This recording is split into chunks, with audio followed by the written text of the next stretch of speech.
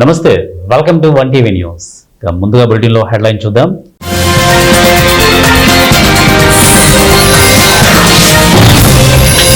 భారత ప్రధాని మోదీతో మాట్లాడేందుకు ఎదురు చూస్తున్న ట్రంప్.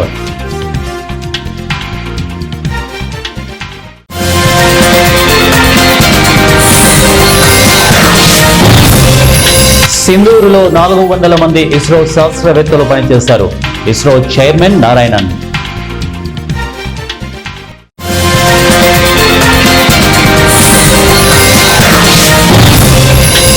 ఉపరాష్ట్రపతి ఎన్నికల్లో బీఆర్ఎస్ అవకాశవాదం. సిపిఎం పొలిట్ బ్యూరో సభ్యుడు బివి రాఘవులు.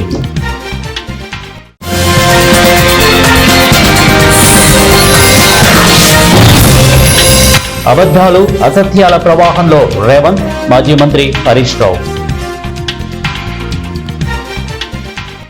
బులెటిన్ లో డీటెయిల్ చూద్దాం. సుంకాలకు సంబంధించి ఇటీవల భారత్ పై ఘాటు వ్యాఖ్యలు చేసిన అమెరికా అధ్యక్షుడు డొనాల్డ్ ట్రంప్ స్వరం రోజు రోజుకు మారుతోంది. తాజాగా తన సోషల్ మీడియా ట్రూత్ వేదికగా మరోసారి కీలక వ్యాఖ్యలు చేశారు. అమెరికా, భారత్ మధ్య వాణిజ్య అడ్డంకులను పరిష్కరించడానికి తన పరిపాలనా విభాగం ఇండియాతో చర్చలు కొనసాగిస్తోందని పేర్కొన్నారు. ఈ అంశంపై తన మిత్రుడైన భారత ప్రధాని మోదీతో వచ్చే కొన్ని వారాల్లోనే మాట్లాడేందుకు ఆసక్తిగా ఎదురు చూస్తున్నట్లు తెలిపారు.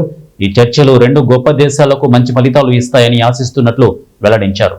ఆపరేషన్ సింధూర్ సమయంలో 400 మందికి పైగా ఇస్రో శాస్త్రవేత్తలు 24 గంటలు పనిచేశారని, ఇక ఎర్త్ అబ్జర్వేషన్ కమ్యూనికేషన్ ఉపగ్రహాల ద్వారా మన సైన్యానికి తగిన సహకారం అందించారని ఇస్రో చైర్మన్ వి నారాయణన్ వెల్లడించారు.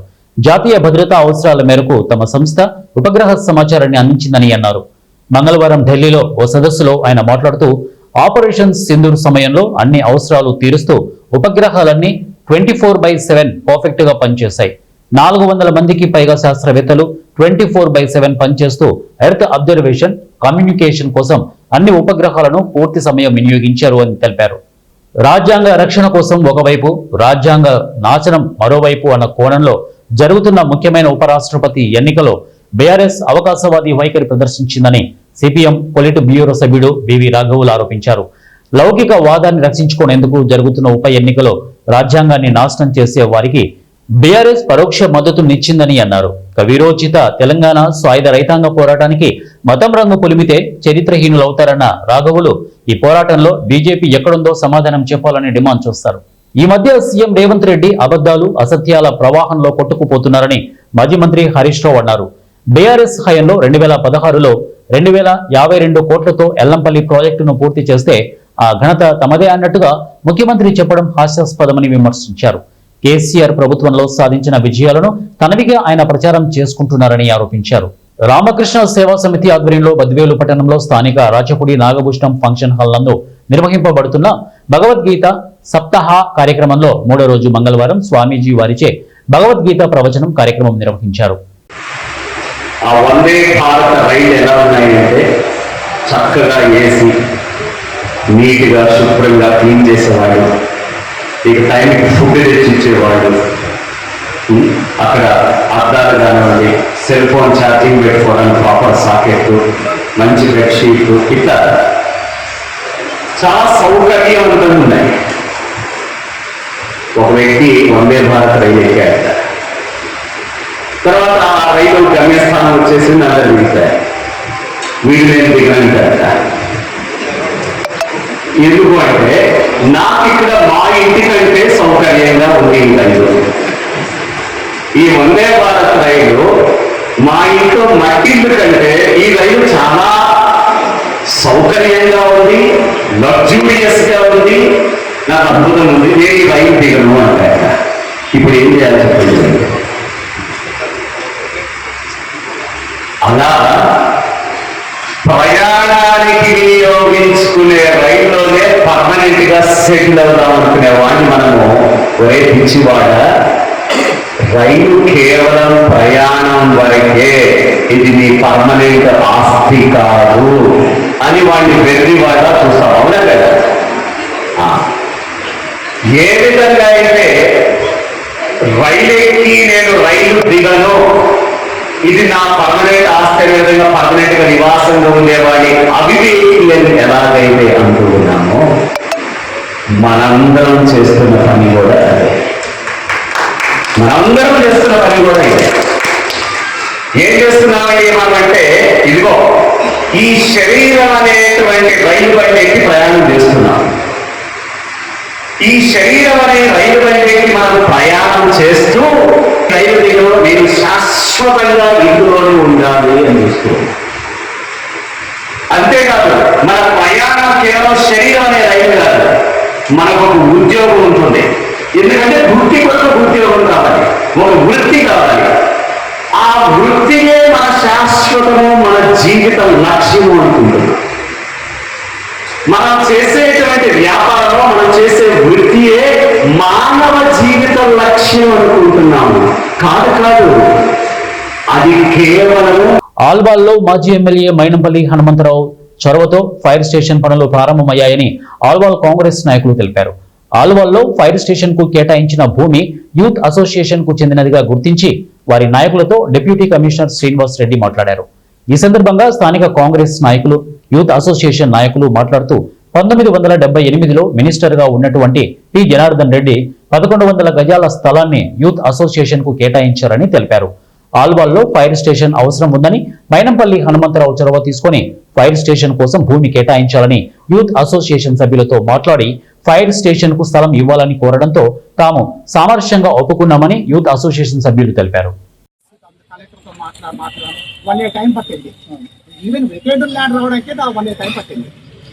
అదే ఆ కమిషన్ గట్టిగా మాట చెప్పి ఎక్సెస్ ల్యాండ్ ఉంది, దానికి మీకు సరిపోతుంది. దట్టు అవతల ప్లేస్ కూడా ఆ గోడ ఉంది, గోడ కొంచెం తీసేసి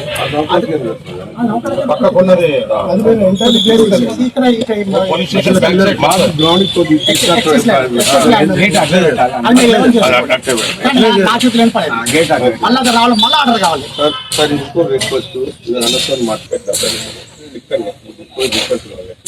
జేసీబీ పెట్టేసుకుంటారు అన్నతో చెప్పారు. జేసీబీ కూడా ఇద్దాం లేదు, జేసీబీ పెట్టేసుకొని ఎవరు చేసుకుంటారు. ఏమైనా ఉంటే స్టేషన్ అమ్మకంలో చూసుకుంటాం సార్. అది ఏమైనా ఉంటే అది ఇల్లు పెట్టారు సార్, ఇల్లు లేదు అప్పుడు అధికారులు ఉంటారు. ప్రకాశం జిల్లా మార్కాపురం పట్టణంలో కోనేరు బజారుకు చెందిన జనసేన పార్టీ క్రియాశీలక సభ్యుడు ఐతా గురునాథన్ ఇటీవల మృతి చెందగా వారి కుటుంబాన్ని పరామర్శించేందుకు నియోజకవర్గ ఇన్ఛార్జ్ ఇమ్మడి కాశీనాథ్, ఇక బాలినేని శ్రీనివాస్ రెడ్డి కుమారుడు రణీత్ రెడ్డి హాజరయ్యారు. ఈ సందర్భంగా మృతుడి భార్యకు జనసేన క్రియాశీలక సభ్యత్వ బీమా పరిహారంగా 5 లక్షల రూపాయల చెక్కును అందించారు. మీడియాతో మాట్లాడుతూ ఇమ్మడి కాశీనాథ్, ప్రణీత్ రెడ్డి తెలిపారు. ఇక మా పార్టీ అధినేత పవన్ కళ్యాణ్ ఆదేశాల మేరకు క్రియాశీలక సభ్యత్వం పొందిన తరువాత ప్రమాదవశాత్తు లేదా అనుకోని పరిస్థితుల్లో మృతి చెందిన సభ్యులకు బీమా సాయం అందించడం జరుగుతోంది. పార్టీ జెండా మోసే ప్రతి కార్యకర్తకు అండగా నిలబడ్డం మా అధినాయకుడి సంకల్పం అని పేర్కొన్నారు. ఈ కార్యక్రమంలో జనసేన నాయకులు, కార్యకర్తలు పాల్గొన్నారు.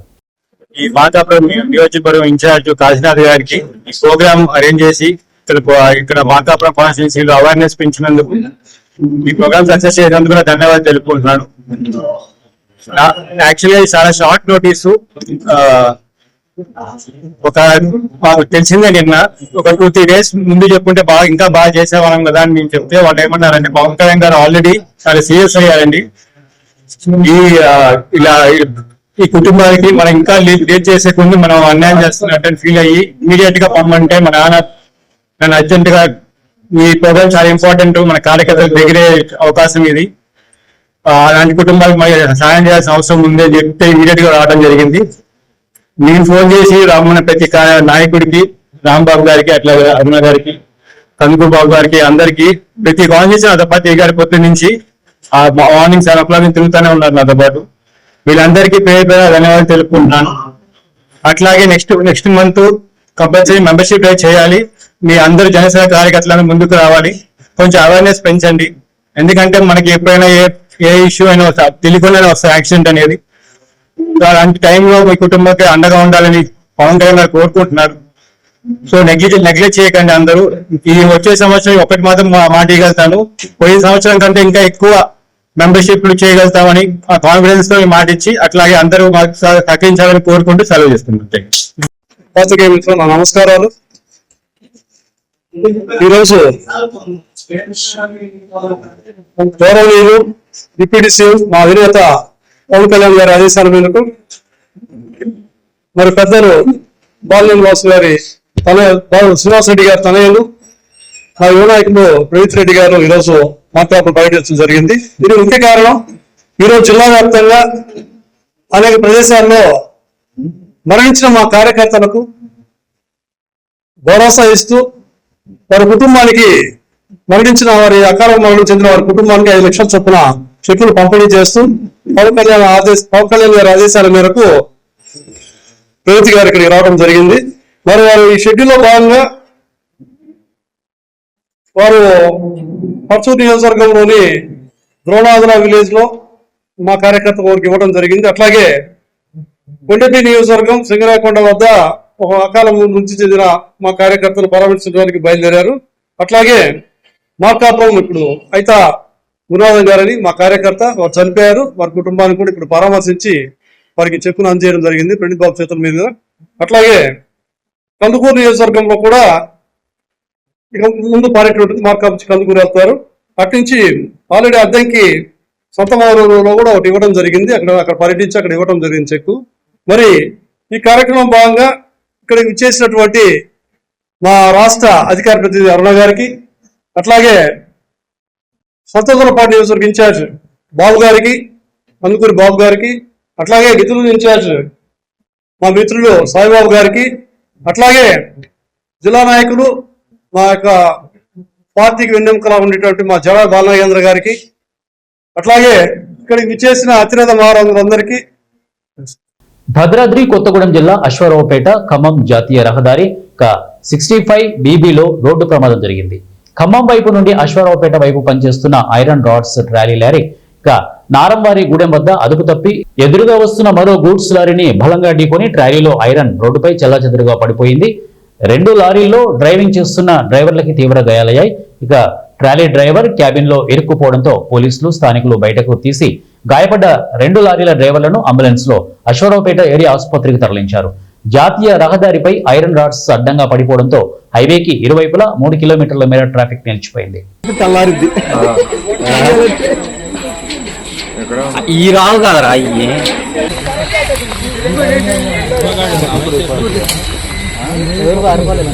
డోరి అంత లాగినా రావట్లా. ఎంత రాదు మిషన్ పెట్టాలి.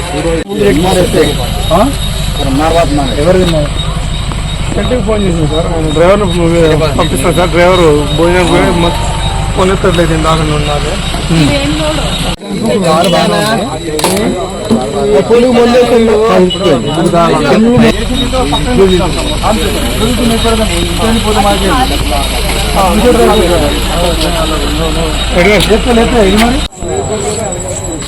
ఏదైనా పేషెంట్ పంపించింది.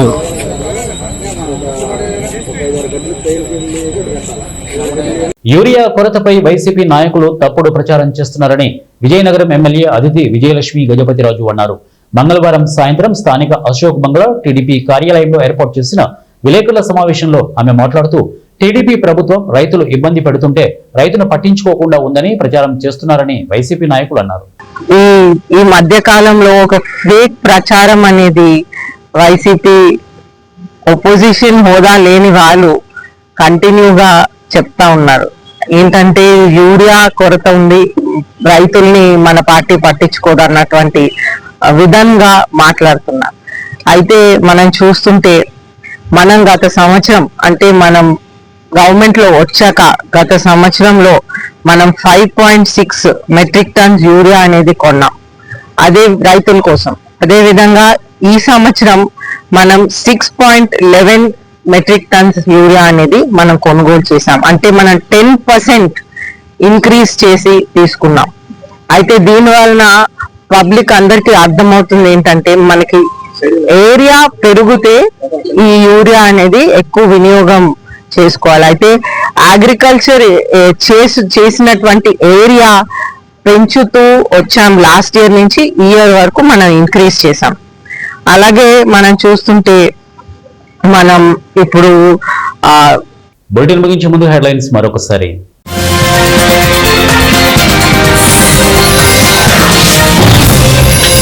భారత ప్రధాని మోదీతో మాట్లాడేందుకు ఎదురు చూస్తున్న ట్రంప్.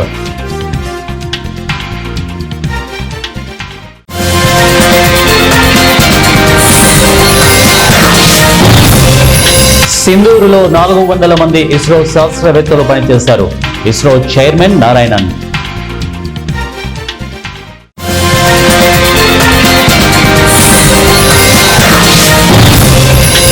ఉపరాష్ట్రపతి ఎన్నికల్లో బీఆర్ఎస్ అవకాశవాదం. సిపిఎం పొలిట్ బ్యూరో సభ్యుడు బివి రాఘవులు.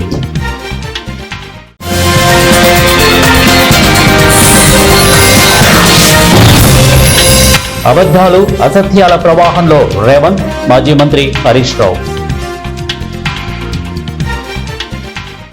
ఇవి బులెటిన్ అప్డేట్స్. నెక్స్ట్ బులెటిన్ లో కలుద్దాం. Until then keep watching 1TV news. ప్రతిక్షణం ప్రజల పక్షం.